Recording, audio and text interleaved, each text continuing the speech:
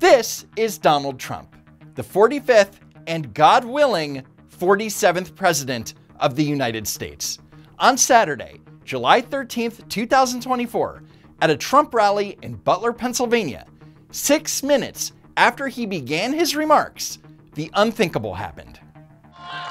And then the worst president in the history of our country took over. And look what happened to our country. Probably 20 million people. And you know, that's a little bit old, that chart. That chart's a couple of months old. And if you want to really see something that's said, take a look at what happened.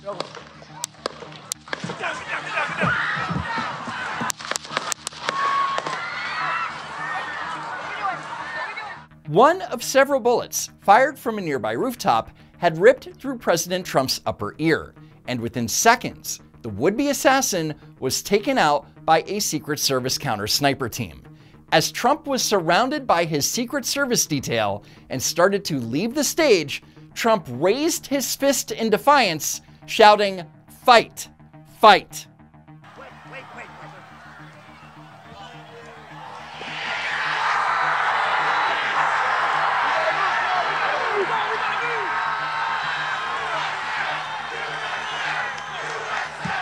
And during that moment, Associated Press photographer Evan Nucci captured this instantly iconic image. The Atlantic called it a legendary American photograph and undeniably one of the great compositions in United States photographic history. Hard to disagree with that assessment. It's a powerful, historic moment. And within that moment, despite the gravity of the entire situation, Trump was able to project strength and fearlessness, which also assured the crowd that he was okay.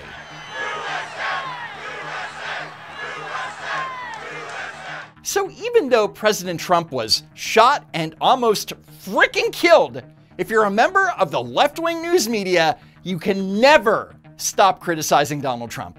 Here's CNN's Jamie Gangle. I do want to say there was one thing that when I watched the tape, I found odd because of all of the heated rhetoric.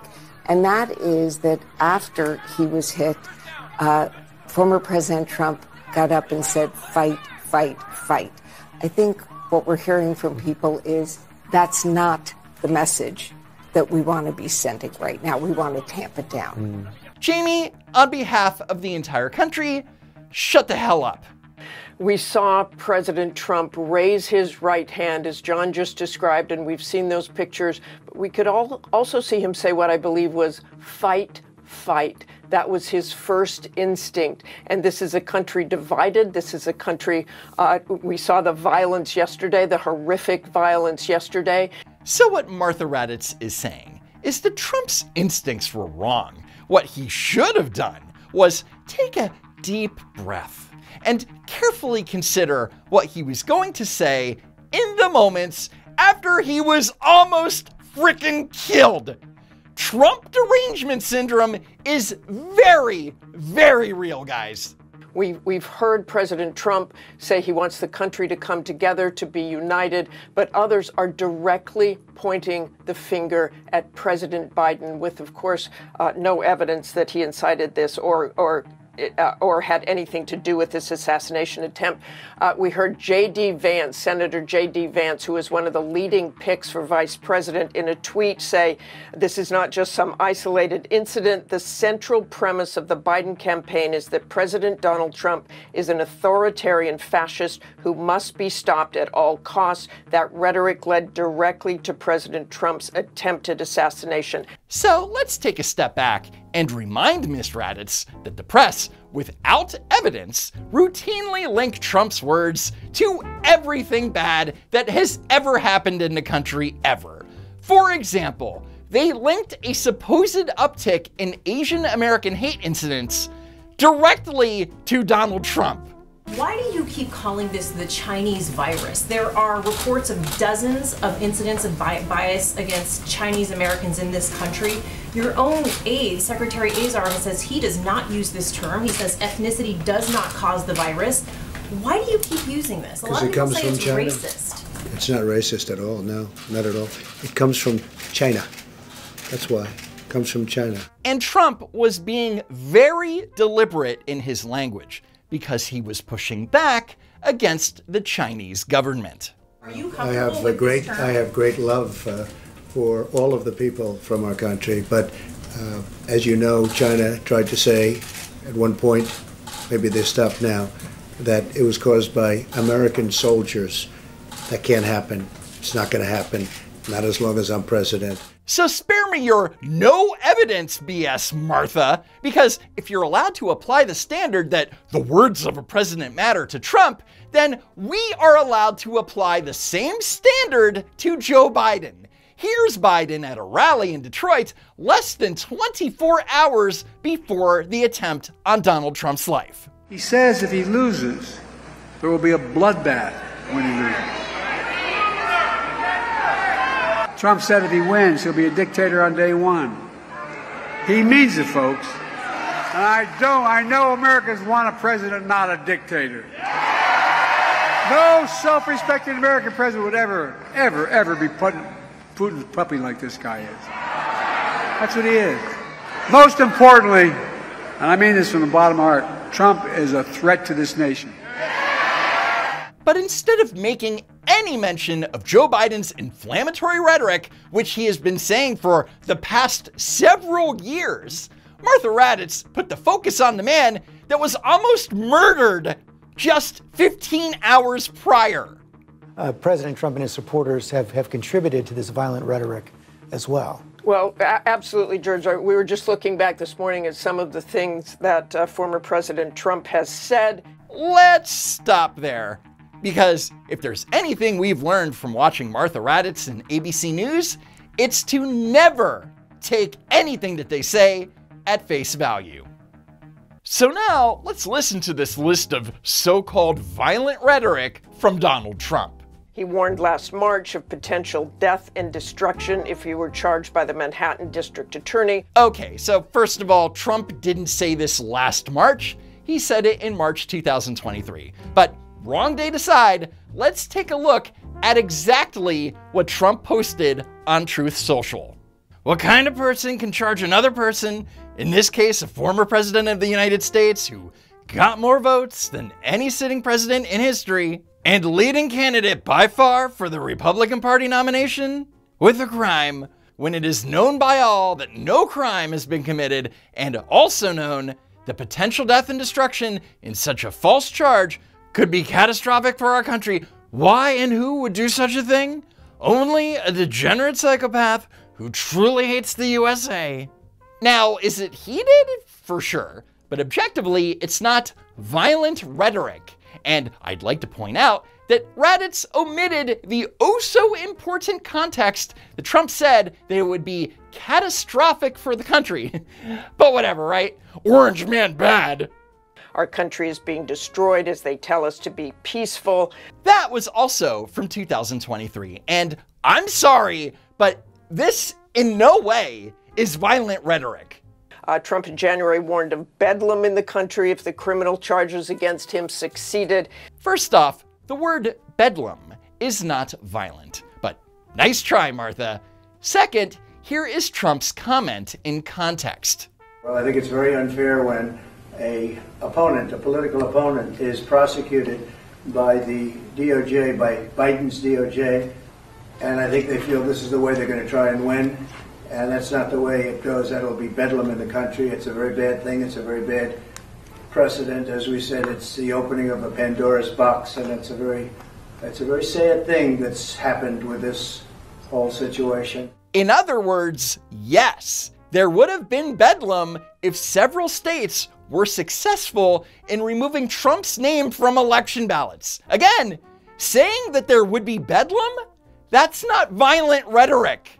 And of course, in March, he said, now, if I don't get elected, it's going to be a bloodbath for the whole. That's going to be the least of it. It's going to be a bloodbath for the country. That will be the least of it. He said he was partly joking and that was taken out of context. But those are indeed his words. Yes, words that you, Martha, are taking out of context. Let's play the entire clip.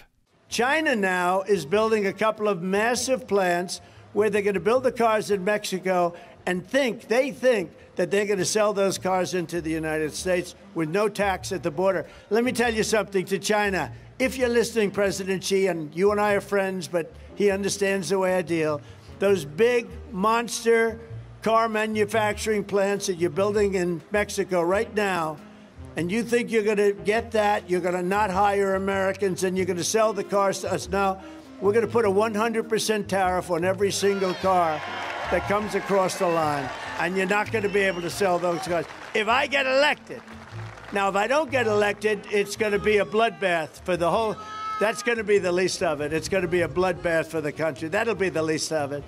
But they're not going to sell those cars. Trump was very clearly speaking about an economic bloodbath, not a violent bloodbath. Martha Raddatz is not stupid. She and every media outlet who pushed this BS knows that they took him out of context to push a false narrative. And while Raddatz listed the violent things that Trump said, she didn't do the same for the resident-in-chief. Just days before the attempt on Trump's life, Joe Biden was quoted by Politico as saying the following: "We're done talking about the debate. It's time to put Trump in a bullseye." In light of recent events, that sounds pretty ominous. Might have even been relevant to the whole violent rhetoric conversation. But Martha Raddatz doesn't give a damn about truth or journalistic integrity. She is a Democrat activist disguised as a reporter.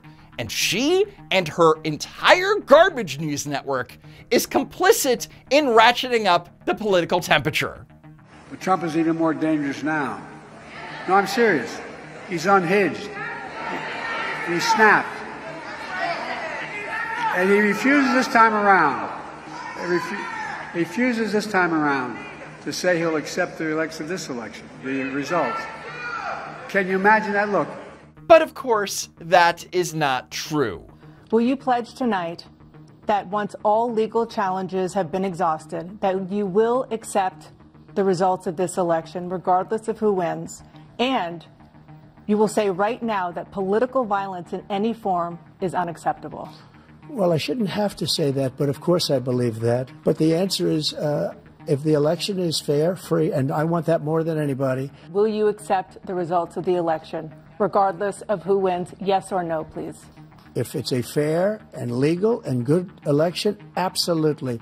Joe Biden was literally in the same room with Trump when he said that, but I guess Biden was daydreaming about ice cream or something. But you know what, let's take a breath, and maybe, just maybe, after this tragic event, Joe Biden will come to the realization that the words of a president matter.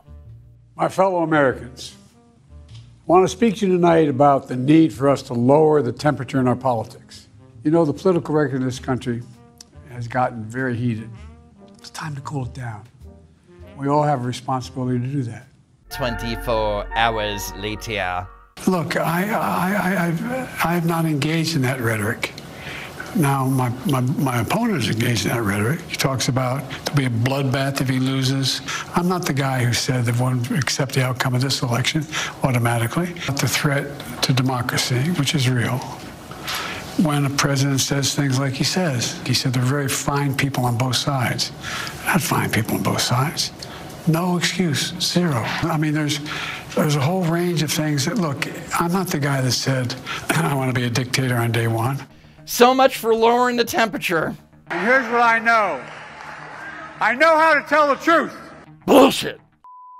Before I go, I just want to take a moment to acknowledge former fire chief Corey Comparatori, who was killed at the Trump rally, shielding his wife and daughters from gunfire. Corey is a hero, and his bravery will not be forgotten. Thank you for watching.